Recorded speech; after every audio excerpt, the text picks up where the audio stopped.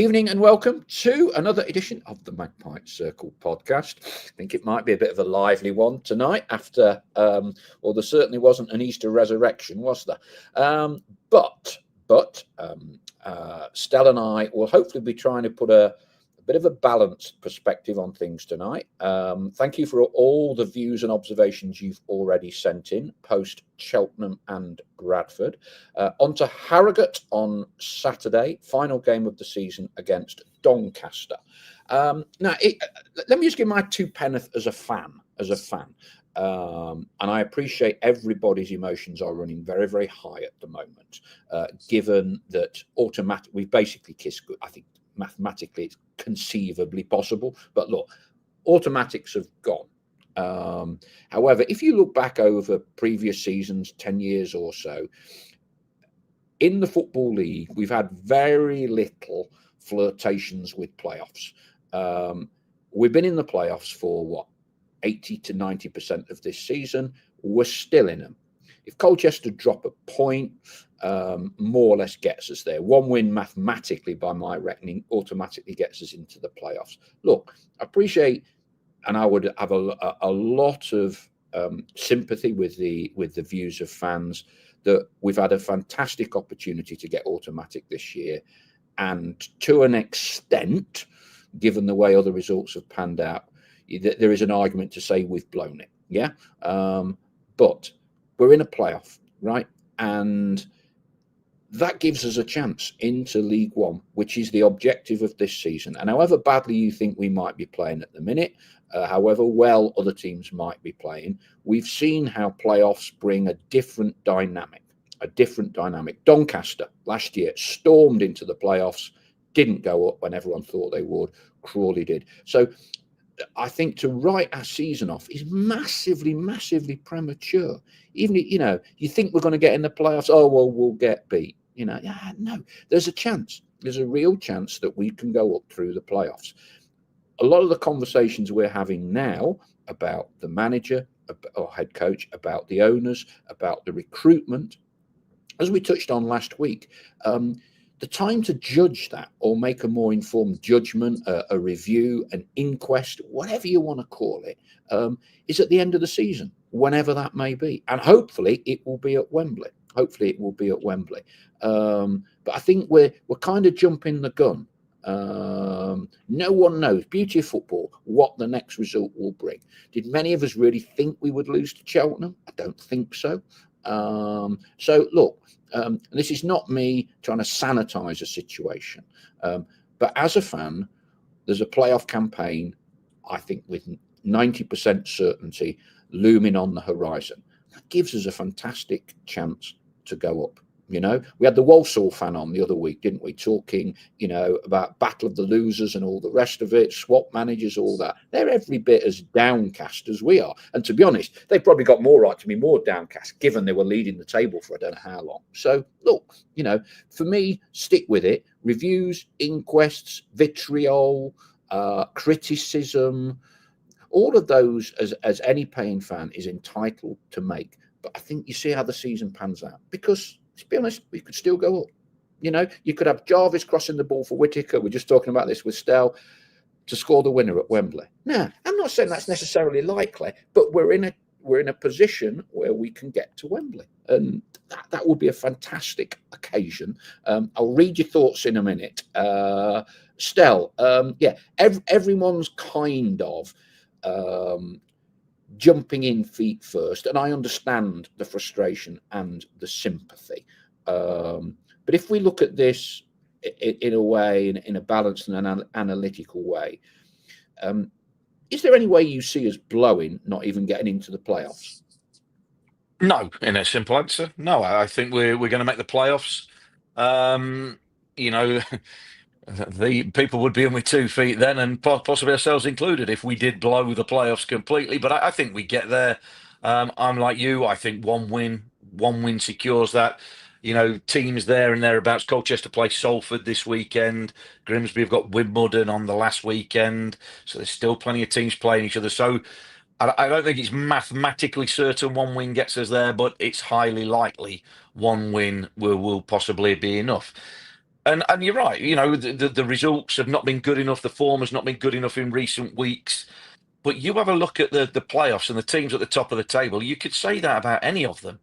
And I think it just highlights that what we've been saying all along about League Two this season. It is very much of a muchness of a division in terms of there are no real outstanding teams that are miles better than anyone else. There's a lot of teams all fighting for it. And you'll find at the end of the season, excuse me, you'll find at the end of the season, I think very few points will separate all the important places. And that over a 46 game season can be bit of the rub of the green, a little bit of consistency, whatever you want to put it down to. Look, you finish where you deserve to finish, but it is going to be tight and it's still all up for grabs. And if you go into the playoffs, as we are, and the guy who called me a data analyst last week, he's probably right, because I've been looking at them again. You look at the four teams in the playoffs at the minute: Walsall, Wimbledon, ourselves, and Grimsby, right? And you go, our form is terrible at the minute, blah, blah, blah. We're all doom and gloom. We've got 7 points out of the last 6 games. Grimsby have got 8. Wimbledon have got 6. Walsall have got 4. So we're the second form team out of the 4 in the playoffs as we stand. I know they might not be the 4 teams that end up in the playoffs, but it's just trying to put a bit of perspective. I'm not sugarcoating where we are in terms of form. I'm not trying to sugarcoat where we are in terms of performance levels. But perspective is that everybody else is suffering just like Notts are. So if you get in them playoffs, which I think we will, we've got a 1 in 4 chance of getting up. And I would still back us. I would still back us to be able to beat anybody on any given day, or any 2 given days with a 2-legged semi-final. So yes, we're all doom and gloom because we managed to somehow contrive to lose against Cheltenham yesterday. A game where we didn't play terribly, but we just suffered for not putting a team to bed, not taking our chances, not being clinical and ruthless enough. Again, it adds another home defeat to what is, a home record that's looking like the weakness for this season.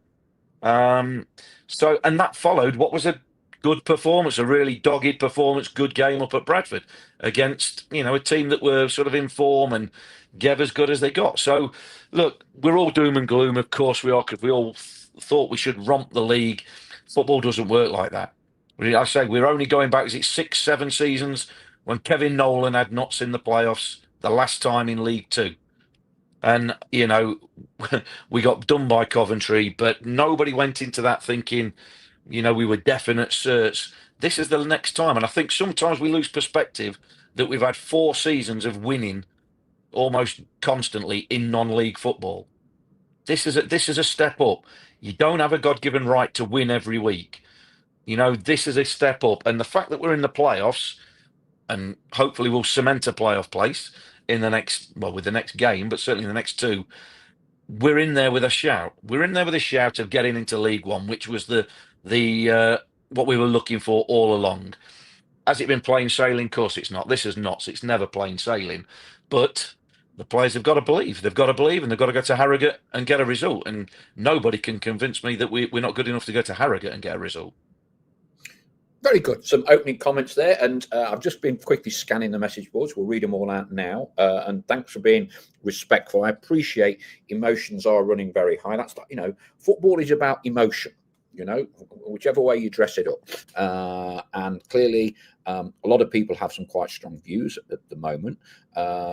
But as I said, for me, the caveat is we are still in the playoffs. Right, let's get a very broad cross-section of messages from you all. And before we go any further, thank you to our official partners, Trent Navigation and to JH Accountants, for the support with this podcast. Don't forget, we have full versions now on Apple and Spotify as well as part of the Talk Sport Fancast. So we're trying to expand what we're offering, and more to come next season for that. Don't forget as well, with the Big Shed and Trent Navigation hat, Lee Hughes Now, if you're listening to this on Tuesday, it is only 8 days away.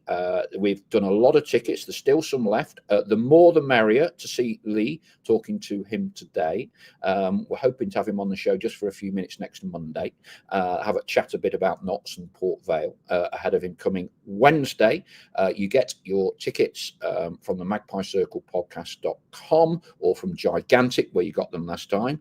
A tenner, great bargain, and unlike others, you can meet Husey, have your photo with him, all taken for free. No one's charging anyone like they do a lot of these meet and greets and events these days. So Husey's going through his memory banks to regale us with a few stories about Sven, when he first met Sven, and others.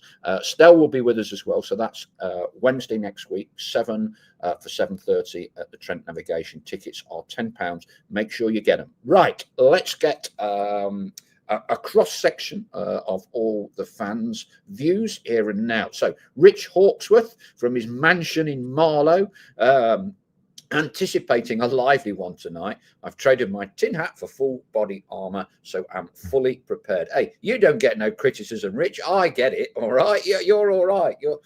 You're not in the trenches, pal. You're not in the trenches. Evening from Ian Cooksey from Tim Watchorn. Left Bradford full of hope. Better game you could not wish for. Cheltenham, hopeless, and a few exclamation marks. Now, as you can probably tell from this setting, I'm in a hotel room and I'm out in America at the minute. I fly back tonight. But again, I've been done by Kay, who seems to be taking a 3-month sabbatical at Sandy Lane in Barbados. Evening all from a positive Barbados. Well, at least I'm trying very hard to be positive. I should think you won't be as negative in Sandy Lane as you would be in wherever you are in Nottingham from having watched yesterday. Jurgen Halligan, show regular, didn't play badly, hit the post and crossbar, should have had a penalty as well, just couldn't finish. Fear the worst for the next 2 games. Gazza Lee, let's not gloss this project up anymore. I was with Trevor and Chloe at the Lifeline training session last week. Not confident, I think, paraphrasing. Callum Frankton Lee, starting to think Stewart's job under threat regardless of promotion, possibly why backroom staff weren't replaced. However, he can't be at fault for missing so many big chances every week. Stephen Newton, how disappointing was yesterday? What a shame the season seems to be fizzling out. Not sure we're good enough when it comes to the pressure of the playoffs. Evening from Ray Newton and Ian Haywood. Ian Cooksey, I thought we were mentally weak. Got a good result versus Bradford, and the door of opportunity was open again, but yet again couldn't handle it. Chris Gosling, I wonder if our incoming director of football has been in attendance or watching from afar. I think the big decisions are going to be left until he takes up his post. Another poor home performance, says Martin Blaney. This cannot continue. Our team's not as good as we think we are, says Royston. Ian G, 13 losses at home, I believe. That's relegation form. Not good enough all round, Martin Blaney. Not enough goals in the squad. Only Didsey and Jatta our main scorers. Evening from Graham Oates.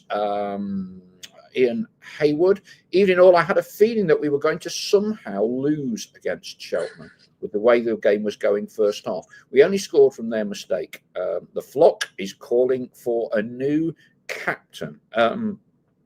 Looking at the assist table is interesting reading, says Ian G. Not one Notts player appears this season. Ian Cooksey adds, Harrogate, like Cheltenham, have nothing to play for mathematically, but being their last home game, you just know they will bully Notts into submission and take the win. But I trust you've got your ticket for Harrogate in and you will be there. We all like to have a moan, don't we? But come Saturday, hopefully we'll be a bit more positive. As soon as they made their sub, says Ian G, Cheltenham, the game turned. I'm just scared that we won't make the playoffs, says Paul Edgar. Gazali sent Harrogate tickets back yesterday. Won't be using season ticket for Donny either. Look, Gaz is not very happy. I still maintain within 24 hours he'll be back at the ticket office asking for his Harrogate tickets back. Evening all, says Paul. Can't see us winning another game this season. Ironically, that could still see us promoted, although highly unlikely. Joe Crabtree. In Stewart's defence, he's lost his top scorer, fastest winger, playmaker and 2 assistants. We've also missed Jody for most of the season. Doesn't he deserve credit for keeping us competitive?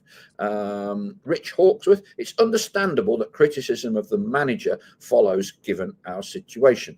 However, I would respectfully suggest that given he doesn't sign the players, that the owners also come under scrutiny. 2 games to go, says Colin Metcalf, and we still have promotion to play for. I'll support the team and manager and reserve my judgment until the season is done. Joe Crabtree.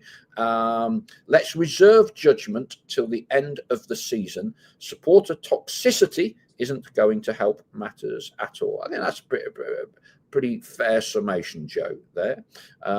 Patrick Garrity. It took 4 years to get out of the National League. Why do people think we should be getting out of League Two after 2 seasons? That's an interesting debate. I think it's one that hopefully we don't have to have it, but I think that's something perhaps the end of the season we'll be talking about expectation levels. And I do think there's a difference between fans of a certain generation, i.e. mine, and the younger fan set that have joined this club when they were in the National League. There's a lot of them, as evidenced by our crowds, and kind of those expectation levels. That was something that Graham Taylor always used to talk about, managing supporters' expectations. Paul Hawksworth. I was almost as bored as I was 3 years ago, Paul. This has been coming for weeks and weeks. My only surprise is that people are surprised. I think my point on that one, Paul, it's not a case of whether I think people are surprised or not. We still have a fantastic chance of entering a playoff campaign. And if we can get ourselves sorted, then why not? Why not? You could argue it was a miracle we beat Boreham Wood in a National League playoff. We don't talk about it now. We talk about what a fantastic season it was and all the rest of it. You only remember the results, not the performances. Chris Gosling. I've done 34 games, travelled nearly 4,000 miles, and I just feel let down by this season. Still renewed season tickets today. Melanie Rees. My big concern is that given the current levels of negative sentiment, the owners will decide who and when to make the move. It would be a disaster not missing out on. It would not be a disaster missing out on promotion, and that I think we start to get into the whole expectation debate. Derek Flowers. However bad the ref was, we didn't lose because of him. He didn't make the players miss chances or the defenders give the ball to their player to score their equaliser. Lippy Jane. I've never understood the problem with a full-time job. I'm not sure. The crowd at Bradford City never stopped singing. I hope it's the same at Harrogate. Fans were so quiet on Monday. Wayne Wilkins, and I need to reply to Wayne. He sent me a few messages today, but I'm 8 hours behind at the minute on the West Coast, so I'm still getting me bearings. Compared to last season, the points playoff teams accumulated last season will be similar to what this season will be as well. Not looked into in that much detail. Perspective needed. Patrick Garrity. Season tickets for 3 kids and myself ordered for next season will be at Harrogate on Saturday and Meadow Lane for the Doncaster game. Right, there's a lot. We'll finish on Andy Adcock. Evening all from Cyprus. Another bank holiday ruined. Even if we make the playoffs, our record against the higher placed teams doesn't inspire confidence. Right, there you go, Stel. Pause, and I'll have a bit of my Starbucks in a minute now. Right, that's the fans' view. Okay, part of the reason this show is done the way it is that we want people that watch games, and in yourself, a player that's been through this. So we're hearing a lot about how fans are feeling right now, and clearly there's a lot of disenchantment, as is to be expected. Yeah, Some people obviously are going to be there, whatever, and happy with the league and all the rest of it, and others here and there. From a professional footballer's perspective, where it's a career, we get that. So where do you think Stuart and the players will be right now? Because as a result of Easter, effectively, we've now kissed goodbye to autos. Yeah. Yeah. You think they thought perhaps before Easter that was a bit of a long shot? Where's their mindset now? What has happened to them as a result of the two games at the weekend, if anything? Well, what's happened in terms of internally? They'll be desperate for a result. Now, forget, like I say, they'll not be thinking too much about automatic. They'll be saying, look, it's possible. Before the weekend, Yeah. before the Bradford game, they'll be saying it's possible, but that is it. Then you focus on the next game. Like I say, I know it's a cliche. You focus on the next game, but inside the bubble, inside the changing rooms, inside the training ground, inside the club, that is what you focus on, because that's your next challenge, right? I cannot get, or try and do this. I cannot get over to people whenever I speak to them throughout over the years about how difficult it is being a professional sportsman, because there's these pesky people called the opposition that have got the exact same objectives and the exact same goals and the exact same sort of training regimes, amount of time, amount of prep, that try and stop you from achieving your goals, and it's so difficult to do, right? To be consistently good, to consistently win, right? Does that stop us being frustrated when we don't? No. Does it mean that the players will be happy with, well, we gave it our best, but no, they won't be happy. They know the form that they're in. They know the results and the points that they've picked up or not picked up where they should have done. And like I said, they'll be deflated particularly after yesterday's game, to somehow come away empty-handed from that. They won't believe it. So they'll be focused on going to Harrogate and beating them. That's all they'll be thinking about. Sort of forget playoffs a little bit. Sort of forget, automatic's gone. Automatic's gone. They won't be thinking about that. But they will now just want to win a game of football, because it's been a while since that happened. And, it's not because at times this season, you say the performance has been terrible. Salford a couple of weeks ago at home, performance terrible. Salford away, performance terrible. And a little bit of a run of performance terrible. Up at Bradford, the performance was decent. We got a draw away at Bradford. No shame in that whatsoever. The loss at home to Cheltenham is a poor result. But it wasn't necessarily a terrible performance. It wasn't good enough. It wasn't clinical enough. But it was, in terms of performance level, it was okay. But not okay isn't good enough. Okay at this time of the season isn't good enough. It's about results. If they play rubbish and win 2-0, nobody is complaining. And that's exactly where they'll want to be, to go to Harrogate to win that game. They should be thinking nothing more than that. Fans and us on the outside have got time to go, oh, well, if Colchester and Salford draw, or they do this, or then we've got to get something from there, because we might not get hope from Doncaster the week after. And if we don't get a win against Harrogate, this might happen and that might happen. We can do that. The players, in the downtime, will look at the league table and know what's what, but they will solely be focused on winning the game at Harrogate, because they haven't won for a while and they'll be hurting from that. That is it. If football was as easy as we should win this game, let's go and win it, and you win it. Like I say, Notts would have been in the Premier League 25 years ago when I played. Just wanting it doesn't mean you have a right to do it. You've got to have players that are good enough to do it, get over the line and actually get you there. And we all talk about it, of course. We don't have a chance to affect it. They do, but then so do they have the opposition to overcome. We don't. We don't have any challenges to all our opinions and all our thoughts and all our viewpoints. We don't have to cross the line. We don't have to do it. We don't have to pick the team and get the players to play or make the substitutions. So it's so much harder. Like I said, we all know, we all talk a good game. We all talk a good game. But honestly, those that saw me play will know it's not easy when you play. So it's so incredibly difficult that.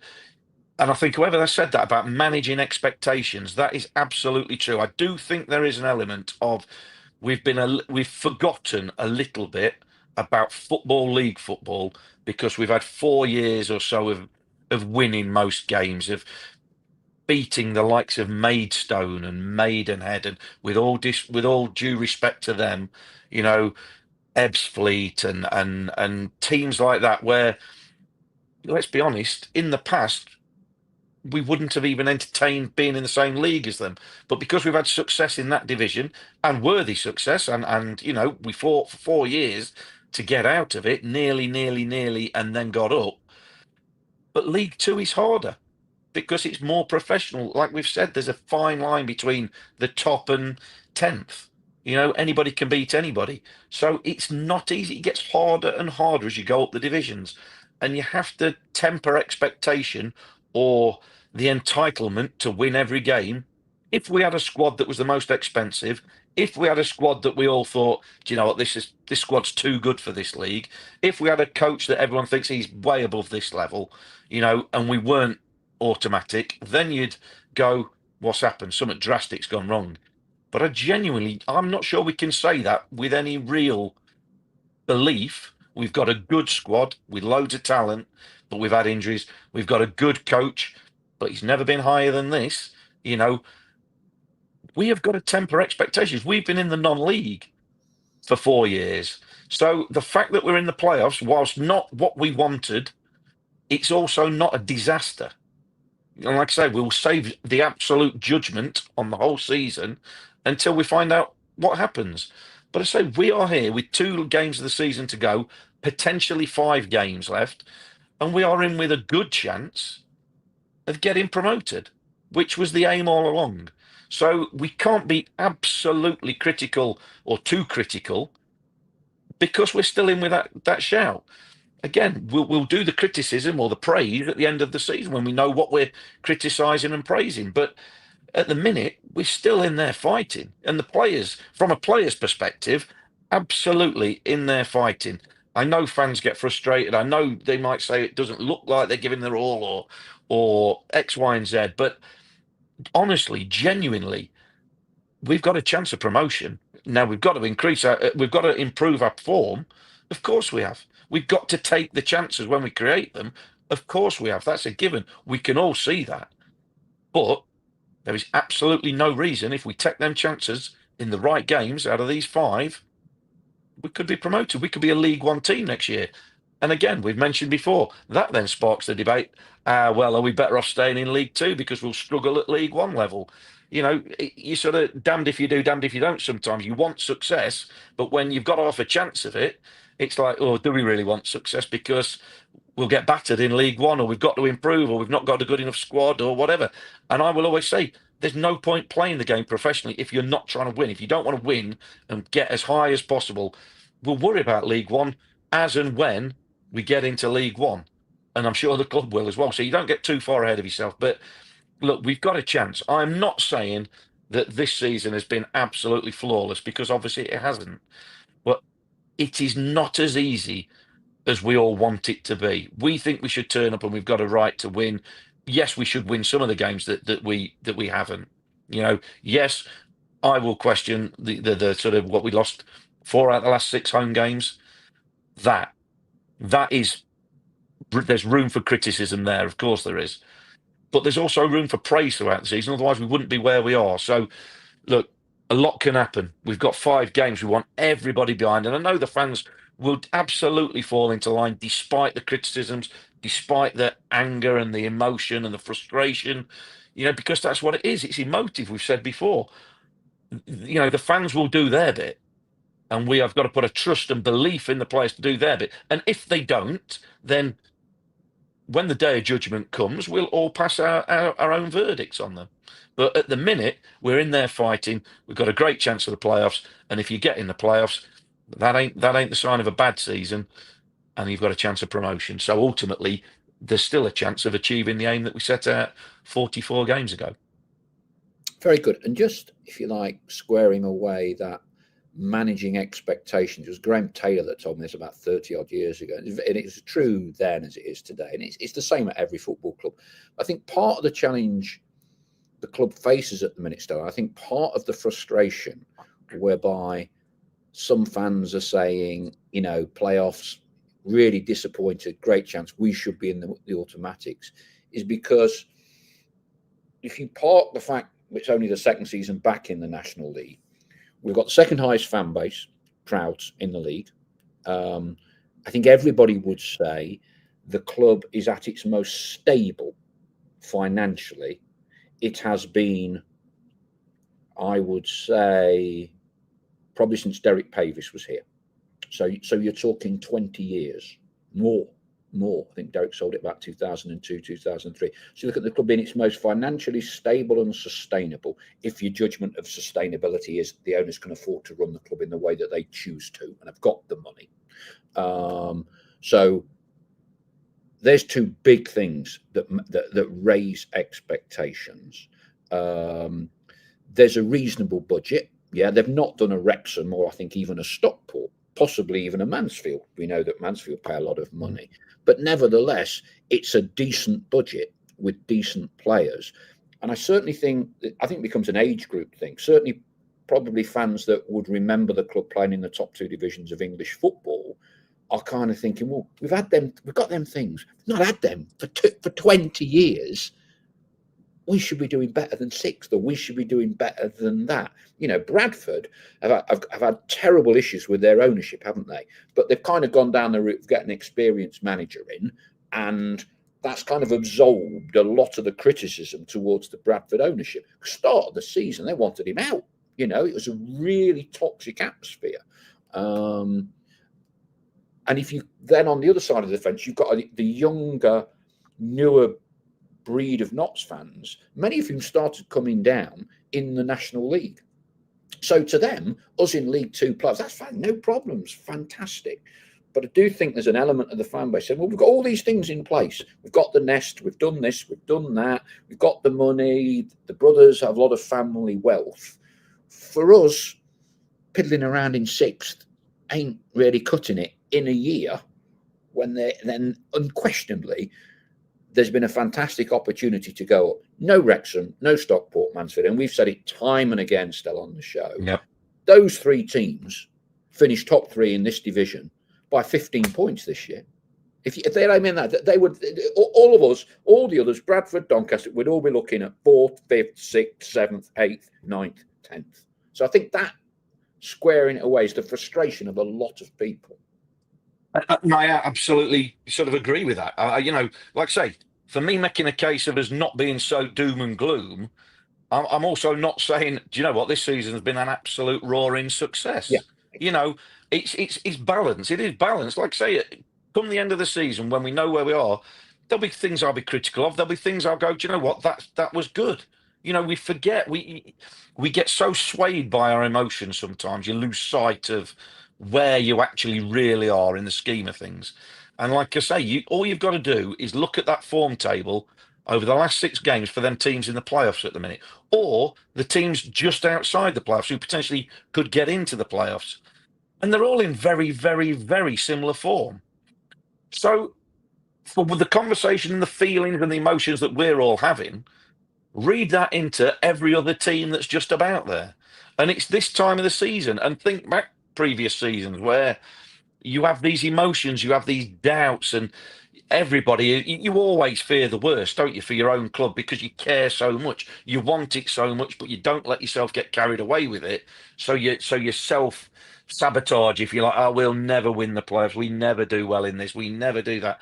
And I guarantee you 90% of fans are doing that about their own club. So at the minute, in every division, you'll have 4 clubs going into the playoffs. You'll have 4 sets of fans going, we never do well in playoffs. Whether they're in good form, whether they're not in good form, there'll be a reason why their club won't do it. But they've got more chance of getting promotion than the teams that are finishing 8th, 9th, 10th, 12th, 15th. So that's the bit I'm just saying, let's not absolutely write this off as a car crash season when we still might achieve the aim that we set out to do. And as we know, if you get promotion, nobody's bothered about the way you do it. In fact, if you're going to do it via Wembley, that is the way to go.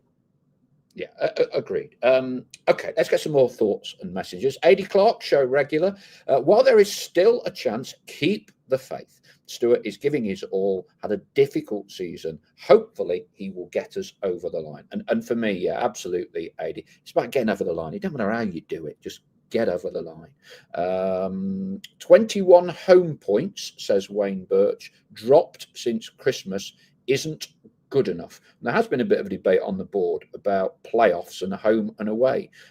Personally, I think I'd rather be at home in the first leg and away in the second. You know, given the way we've sort of done it, in theory, the advantage is for the teams finishing fourth and fifth that they are away in the first leg and home in the second. I'm not sure. I think it might, the way we've been playing, it might suit us to be away in the second leg.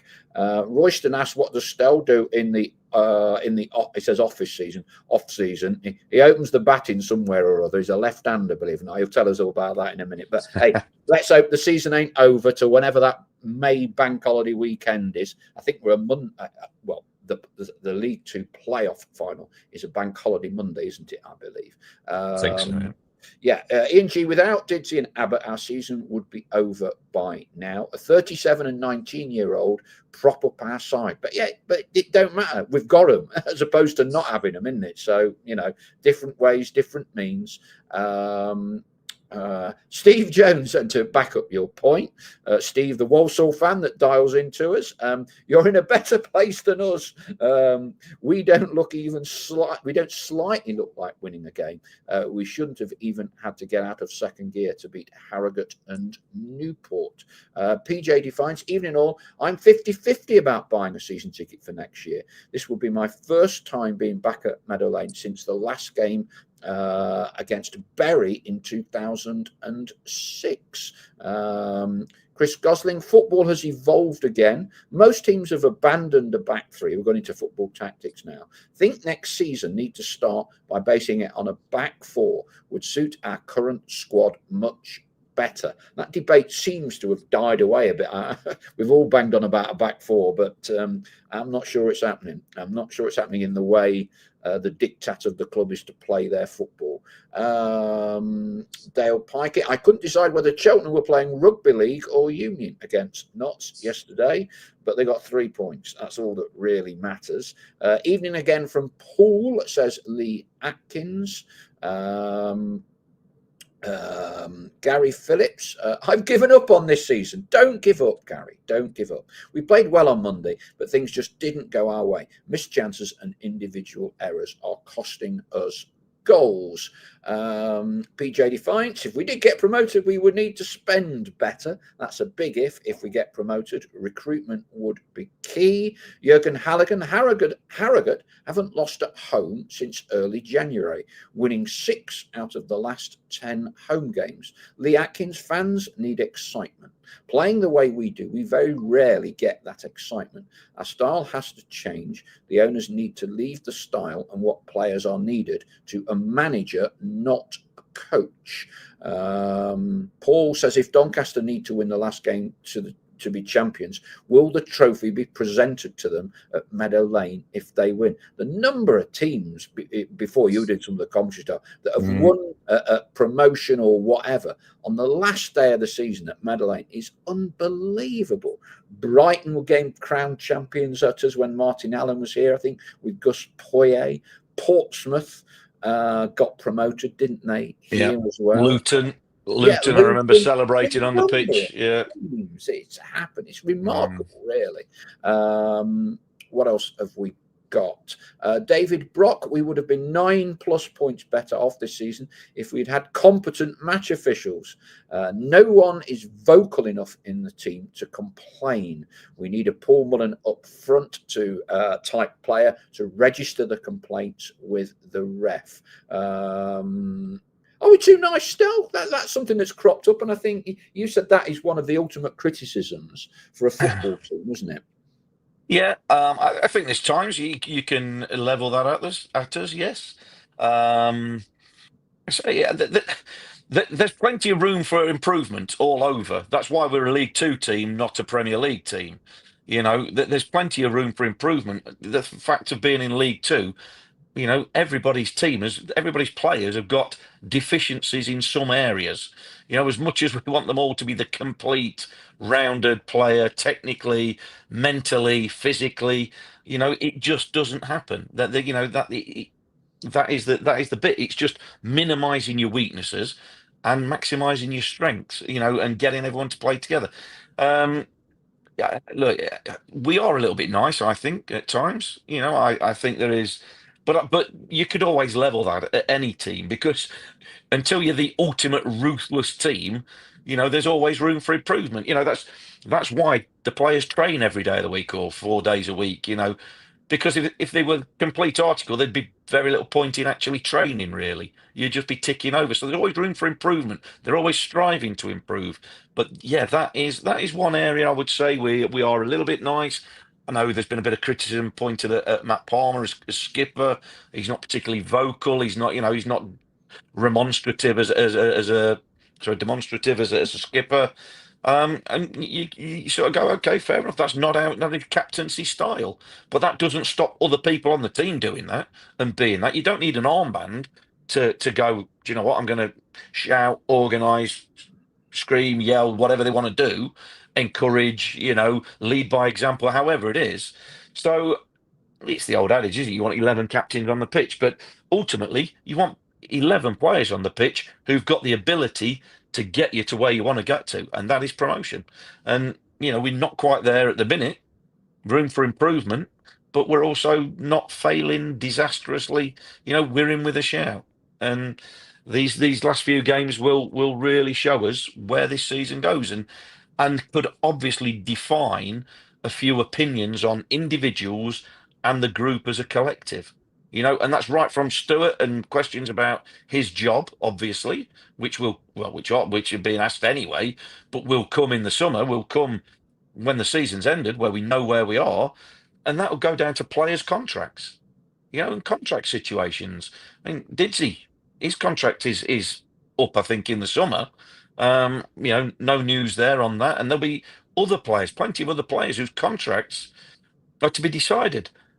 And it's very difficult sometimes to do when the club doesn't know what division they're going to be playing in. So, hopefully it's a positive step. Hopefully then players who are going to get new contracts can get a pay rise because we're in a higher division.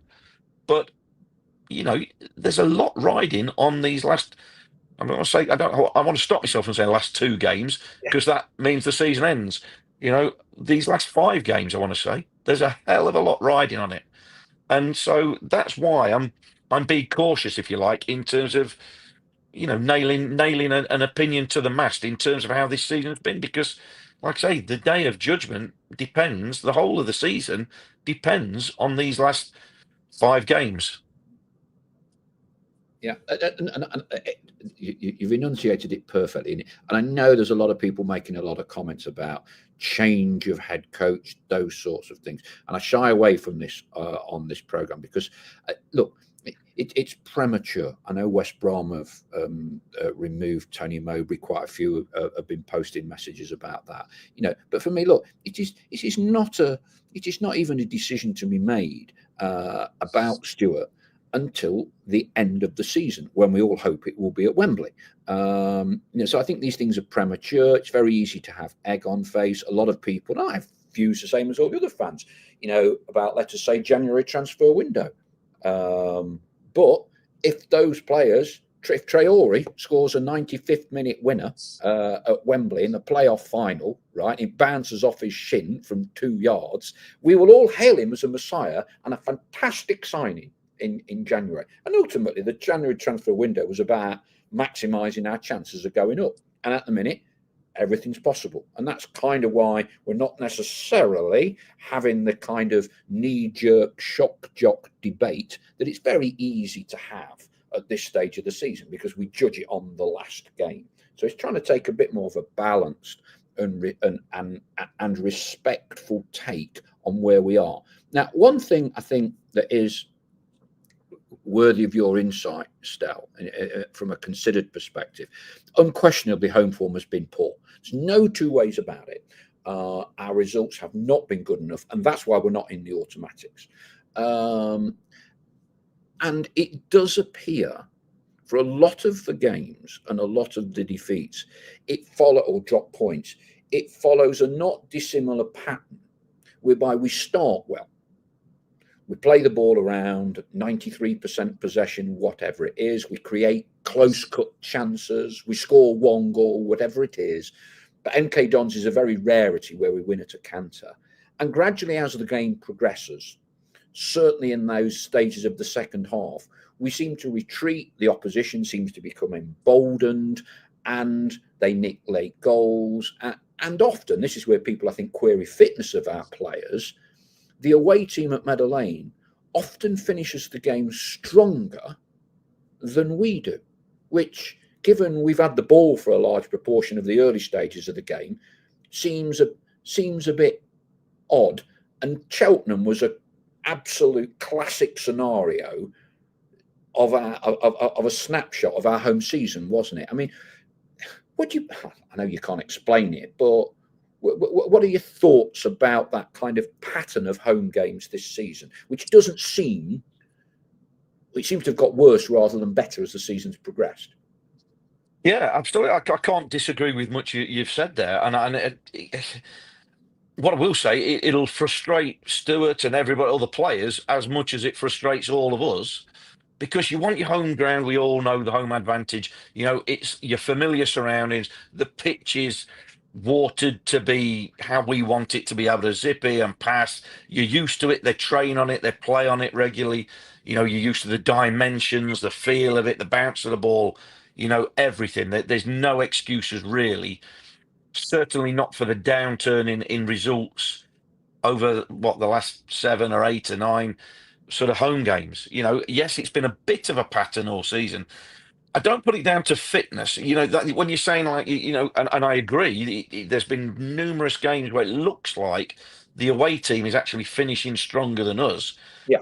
What do I put it down to? And again, there's not one answer to this, but one of the few things I think is, again, it comes back to that bit of, yes, we generally start well. Yes, we generally control the ball, control possession, control the game.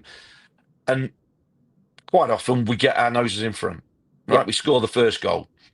But we lack that ruthlessness, that absolute cutting edge, killer instinct, clinical finishing, whatever you want to call it, to go and get 2 and 3 and 4. And like I say, I hold my hands up. I've said probably partway through the season, I thought it was just a matter of time before we do somebody 4 or 5, and we haven't.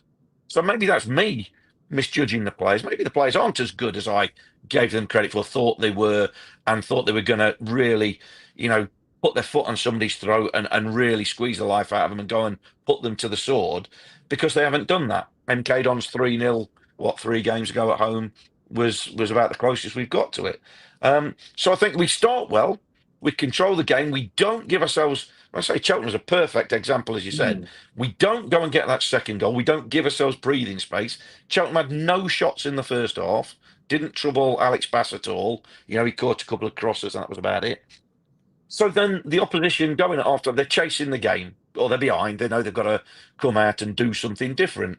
They chase the game, don't really get themselves back in it, not start brightly second half, but still don't get that second goal.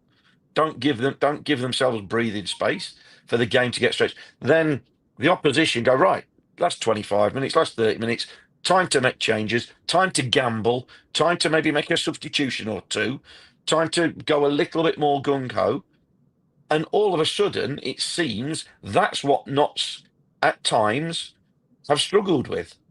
You know, they've struggled to then maintain the control of the game. Saturday, Monday, yesterday, it became a bit of a basketball match, didn't it? In the second half, you know, you attack, we'll attack, you attack, we'll attack. And as often happens when your form isn't great, the rub of the green goes against you.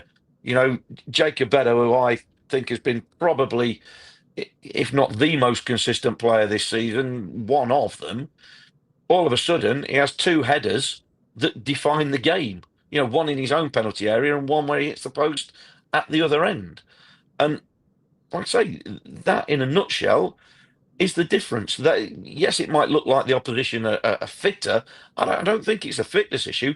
I think it's just that intent, that desire. They want to go and get back in the game, so they take chances, take risks. We aren't good enough to capitalise at one end, expose and get that second goal. Then we become a bit nervous because they equalise. Although we respond well, we hit the post again. We've hit the post twice ourselves with Will Jarvis and Jacob Beddoe. They've hit the post with Jordan Thomas as well as the 2 goals. So, the game becomes far more open than it is in the first half. So we lose a little bit of concentration, control, whatever you want to call that. And then the momentum seems to be with the away team. And it's happened on more than one occasion this season. And, that for me, more than fitness, more than sort of tactics you could look at, but for me, it's more about that real lack of ruthlessness. And like me and you, we're not particularly enamoured, and nobody is with XG, but we should have scored more goals given the chances we've created this season. And again, Jacob Beddoe's header is a perfect example of that. That's maybe why he's not scored a goal all season. If he's not scoring that, just we don't kill teams off when we've been on top. And if you don't do that, like I say, in the professional game, even though it's League Two, the professional game, at some point, the opposition team are good enough, professional enough, organised enough, fit enough, tactically astute enough to have a moment or 15 minutes in a game. Yes. Whereas maybe against your Maidstones, Maidenheads, and I'm not picking on them, they're just names that have come to the top of my head from the non-league days.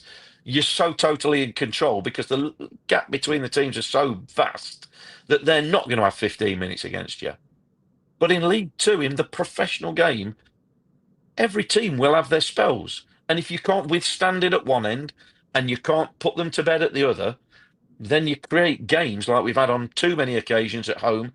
And absolutely, if the season ended now, obviously we'd be in the playoffs, but we would be analysing it going, yeah, it's them drop points at home, again, in games where realistically you would fancy us to do better, to win games probably, but certainly to do better.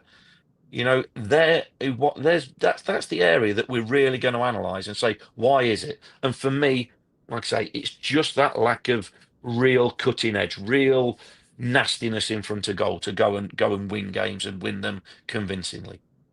Yeah, and I think also sometimes the modern parlance and language that is used, so Stuart will often talk about us controlling the game, and I understand what he means by controlling the game in terms of ball retention and all of that. But for me, and maybe it's, anyone over 30 or 40, you can't control a game, or you don't control and are totally dominant if you're 1-0 up. If you're 3-0 up, you're controlling the game, right? Because then you ain't going to lose from that. Yeah. But I think whenever a game is 1-0, like you've just said, there's always a chance of a breakaway. So for me, you're not necessarily controlling the game. You go 1-0 up after 20 minutes. I think it's a big ask, like you've just said, to then play the next 70 minutes and win 1-0. Yeah. And I take your point about the fitness. But it does. Maybe it's confidence, maybe it's risk taking. A lot of the teams this season have come to Meadow Lane, and I remember I spoke to Darren Moore about this, the Port Vale manager, and Darren said to me, he said, because they scored after about half an hour, didn't they? I can't remember what it was. He said it was vital for us that we stayed in it in the first half. Just stay in it, and then as the game progresses, you can make a few changes and do whatever. And he said that first goal was almost like a bonus for us in the first half. So clearly that game plan is for Port Vale, shut up shop, try and let us have the ball and then see how the game progresses. And the one thing that worries me a little bit is that, at home, I'm more nervous about the last 20 minutes because I always think no matter how, we go, oh, they're terrible, they've not touched the ball. They always somehow manage in the last 20 minutes to give us all sorts of scares. Was it Bromley, where they hardly touched the ball in the last 15 minutes? Did they score and then had a few chances? And yeah, after 70 minutes, we're going, oh, they're terrible. They shouldn't, the golfing class is, unbelievable. But You know, I think that's bit us a few times, and I'm not sure, other than MK Dons, we've fundamentally solved that issue. No, I say agree, and that's part of the reason we're debating whether we'll make the playoffs or whether and not talking about will we get automatic or not. There's been too many instances of games that I'm not saying should have been comfortable in, but should have got a positive result on. And a positive result can be anything from getting a point against Cheltenham the other night somehow, because we didn't deserve to get beat. We shouldn't have got beat, No, but we did. Somehow we've managed to snatch defeats from the hands of jaws of victory, as they say. We haven't maybe controlled a game is an interesting phrase because you're dead right. The scoreline dictates who controlled the game. If you lose 3-0, 90% possession doesn't mean you controlled the game. You've lost it 3-0. The fact of the matter is that we haven't been. I go back to ruthless is the one for me. I think we've played reasonable football. At times really good, at times a bit sloppy, a bit poor, a bit slow paced, and I get people's frustration at watching that when it's slow paced. You see the Bradford game, and the players haven't got time to be slow on the ball because the Bradford players are ratting around, and the tempo that game was played at was fantastic. The quality wasn't necessarily right up there as what we've seen this season because the tempo of the game dictated you don't have time on the ball. Therefore, there's one or two more turnovers and one or two more transitions, as they call it. But that's what happens. But nobody's questioning our fitness. We go 1-0 down in the second half against Bradford. We get a wonderful equaliser with Didzy's goal. But, you don't question fitness there because we matched them in that game. So I think it's more of a concentration issue, a sort of mental issue in terms of, we're 1-0 up at home. So now what do we do with our passing? Do we go, I'm not saying do we aim to go. Do the players go a little bit safe? We've got the ball and we've got a 1-0 lead, so we're in control of the game, rather than going, we're 1-0 up, but we've got the ball, but we've still got the ball and we're looking to get that second goal and go and kill the game off. And do you know what? I'm not going to be risk averse with my passing. I'm not going to be risk averse with the runs off the ball that I make. I'm not going to be risk averse because we are protecting this mythical 1-0 lead, because as I always say, until the final whistle goes, you've got nothing. You've got a lead, but that's not worth anything. But it does affect your psyche. You see it in so many games at all levels. You think you've got to protect something. So then do you take less risk, put less risk in your play? The decisions that you make. Do I play that forward ball, or that might get cut out? Tell you what, I'll pass it back. And then he's got a decision to make, my teammate, but he can make that decision. I've not given it away. And he gets the ball and he thinks, right, same thing. I could play the forward ball, but it might get cut out. I'll play sideways. And it's so on and so on and so on along the chain.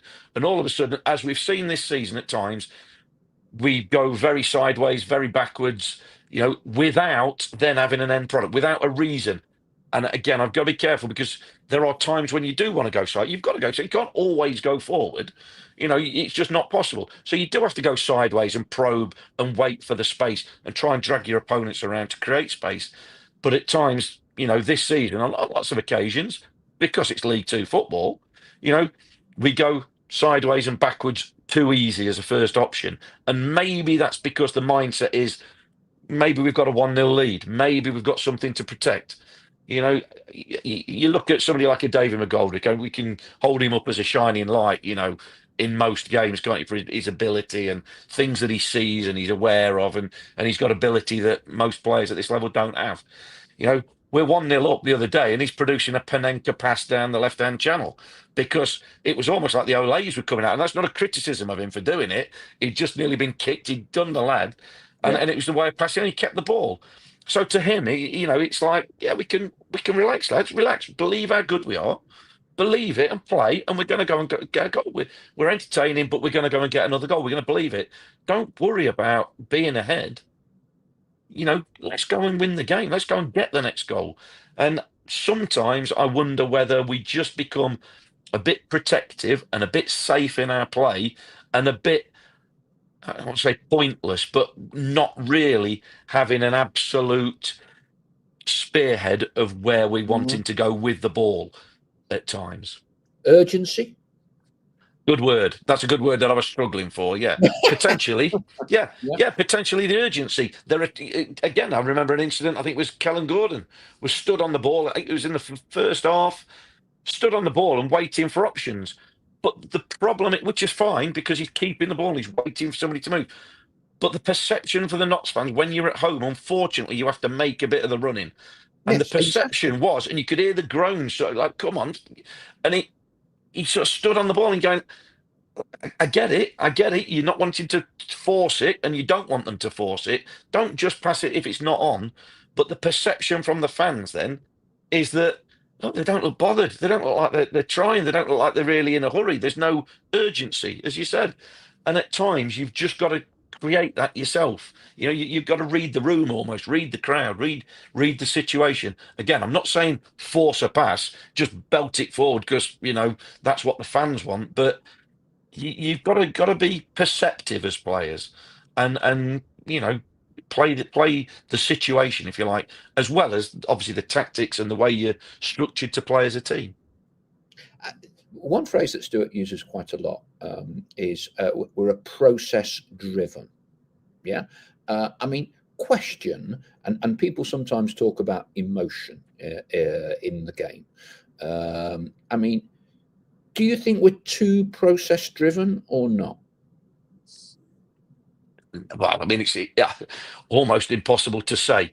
I don't think too. I mean, how would you quantify too process driven? You're Okay. saying we're a bit formulaic, Yeah. I tell you what. predictable in how Yeah. we play. I tell you what. There was an interesting interview. I didn't see it straight away with David McGoldrick that was in the Sun, and he was talking about an absence. This appeared a couple of weeks ago. He was talking about an absence of mavericks. He was talking about academies and almost creating a formulaic system that was taking away, if you like, individuality. And I guess, that's always going to be a possibility. And when you grow up in a certain era, you remember your era with great fondness, be it a television program you watched, be it a pub you went to, that kind of like, you would then always look back on it as the best. No matter what the pub then does over the next 20 years, it's not as good as it was when I was 19. I get the rose tinted glasses and all of that sort of thing.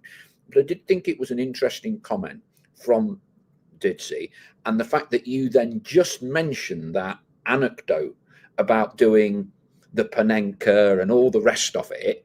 He's the only player, possibly, maybe a Will Jarvis with a bit more confidence, would do those kinds of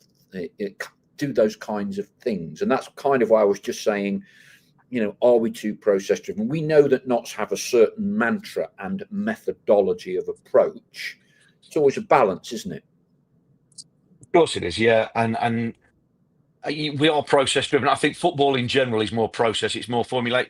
I saw a bit about it. Will Still, the Lons manager, the young lad on Sky, doing a bit, and they were analysing training and what they do, and everything's process driven now. There's that much data. There's that much, cameras, and they've got everything at their disposal. So you understand why it's process driven, because that's the way they go through the coaching badges. That's the way that they now perceive is the way to play football. You create overloads on the pitch with your movement, with the way you pass the ball. Players are technically good enough to have the ball in tight areas and draw teams on to create overloads and look for them. But they're still reliant on players' individual ability once you get to a certain part of the pitch. Because, yes, a lot of football is now about, if you imagine the byline between the 6-yard box and the penalty area, that is where most teams are aiming to get to, because I think statistically that's where a large proportion of goals come from. So they play, and you can get to the byline and drill balls across from them sort of areas. Notts do it frequently, all teams, but most teams try and do something similar. They're trying to pass into areas where they think they're going to be able to create the most goals from. Now, you are still reliant on all the players' skills and ability to get the ball there, But still, when you get in that final third, if the defending is done right, you are absolutely reliant on a player or players that have got the individual ability to assess the situation of what's going on in front of them and think outside the box and come up with magic. So why Didzy can do what he's done, the moments of magic he's produced. Jody Jones last season, particularly with his creativity. And you're right, Will Jarvis, I think, he was criticised when he first came, but I've seen him just waltz past people, just walk past people. It looks like he's not even putting any effort in. And he's wandered past, Aaron Nemani did it in the MK Dons game, Yeah. but he did it again when he came on the other day. He's got that ability, individual ability to just go past players as if they're not there. And that, I think, what I think, are we too process driven, is I think there's an argument to say there's players like that are becoming rarer and rarer. It's not because the skill level isn't there, because the skill level's gone sky high individually, but possibly you see less of them because the players are all such physical specimens, physical athletes, that you've got to be a hell of a player to be able to wander past one or two or three players. It's still possible, but they're so physically fit everywhere on the pitch now. It's a difficult skill to do. And when you've got a coach that's telling you, we keep the ball, we pass from A to B, we move it there, you run off the ball, we create overloads. In an ideal world, you'd play 1 and 2 touch. So that doesn't leave much room for anybody dribbling and beating 3 men. Because you're making the ball do the work, as the old adage goes. But I think you're absolutely right. I think because coaching badges, there's only so many coaching badges that are set up and around. People do it. People go and learn the same things. Yes, the coaches go off and implement it their own way, but football has always had a style. It used to be the Charles Hughes way. Now it's the possession-based way. It will evolve again from this, but in the main, a lot of teams are trying to play a similar way, but you are reliant on your star players, if you like, your players, your X Factor players, producing moments of magic. And you're looking at Didzy, David McGoldrick. I think we have to say Dan Crowley, when he was there, he could produce it. He could control the game. He could produce a moment of magic. I think Will Jarvis can. I think he could produce, and I think he can in the sort of longer term. But they are fewer and farther between, and it's not easy in such a data-driven game. If you've got somebody who dribbles, Chris Waddle dribbles 10 times at his fullback, you might only beat him 3 times, so he's losing the possession 70% of the time. Well, in this data-driven world, that might get him dropped. It depends what he does with the 30% he beats the defender. So the game evolves. The game evolves and moves on, and I agree. Are there less maverick players? Probably, yeah. Probably. And people can look at that and go, well, it is a bit formulaic, it is a bit samey, but believe me, it will evolve. It will move on again, because coaches will have to come up with ways of playing against possession-based football, where you pass from A to B to C and you move and do all them things. Football is always evolving, always looking for a way to modify itself. Greta Maxwell, one of our show favourites. I'm presenting the match ball on the pitch to the ref on the last game of the season versus Donny. Anyone have any advice I can give to the ref prior to kickoff?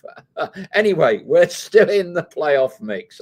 Very good. So we'll all keep an eye out and clap Greza as he walks out onto the pitch to hand over the match ball on the last home game of the season against Doncaster. Chris B, I'd have more confidence in Stuart's tactics in League One than League Two. We play with a level of caution that would probably work better when the current expectation to win every game is gone. That's an interesting point. David Brock, my advice for referees is unprintable on this message board. Gary Phillips, passion and fight. Have we seen any player run over to embrace Stuart like we saw with Luke Williams? Our players look really unhappy at times rather than running to fetch the ball to get back ahead.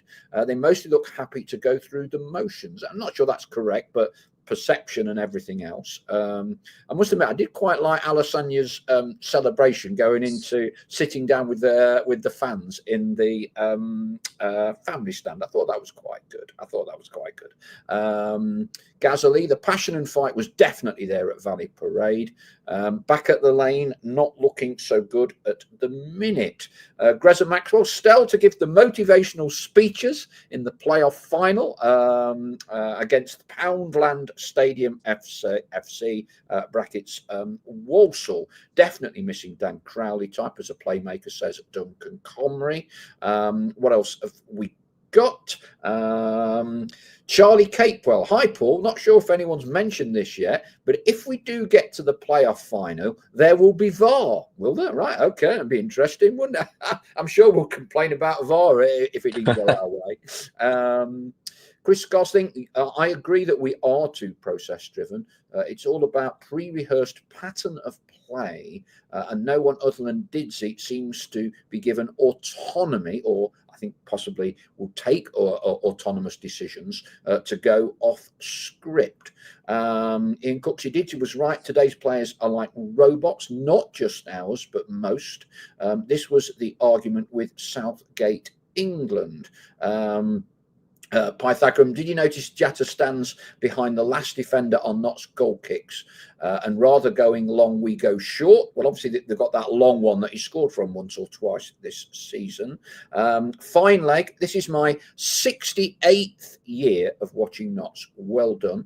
And I would never criticise my team. You must have criticised them over 68 years. Fine leg. Crikey. There's been ups and downs, but that's life's. Richard Fordham, a win on Saturday, and it's the playoffs.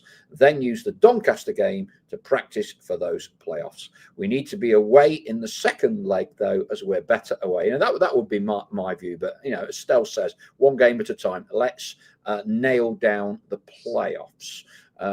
Last likely lad, 4 wins from the last 16 and 11 points from the last 10. Is not good enough. We don't deserve to go up, unfortunately, in what is a very average League Two this year. But I think my point, last likely, it's not about what you deserve. You know, Boreham Wood deserved to beat us in that playoff game. Yeah, they didn't. Chesterfield deserved to beat us in the playoff final. I think, you know, depending on whatever deserve means. But it's not about what you deserve. It's grabbing hold of what you can get, whether you deserve it or not. And we can still grab hold.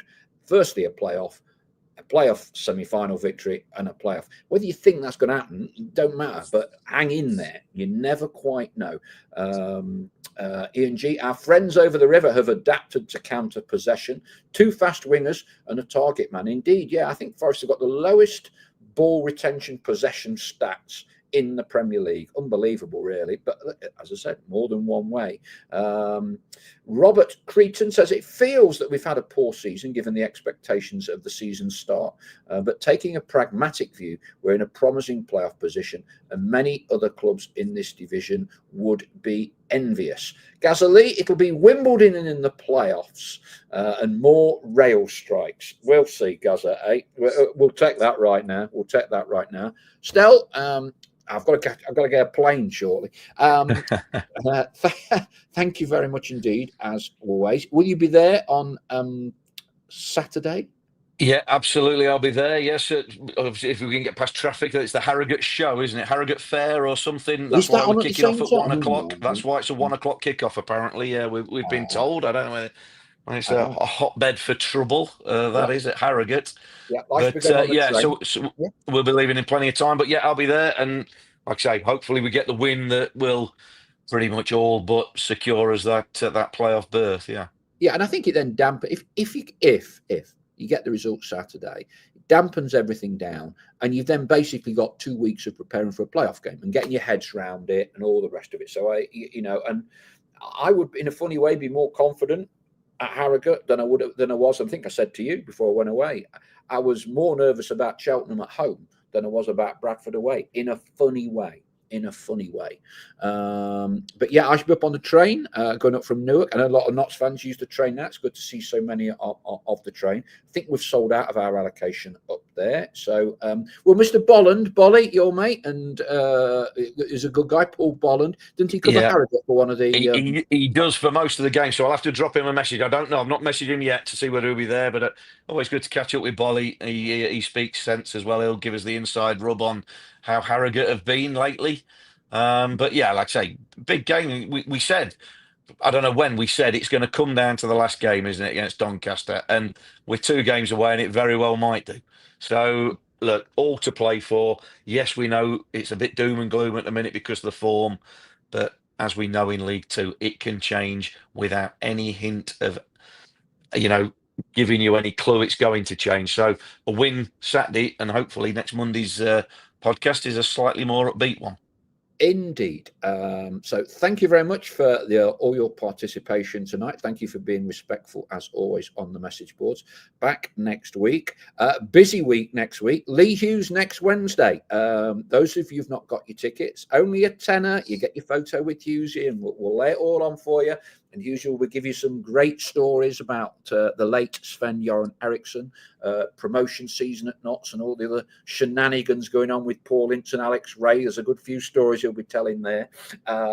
It's not being broadcast as a show, so to see it, you need to have a ticket. And everyone who gets a ticket automatically entered for a free prize draw for a table for 2 hospitality at Notts next season in EFL Division 1, obviously.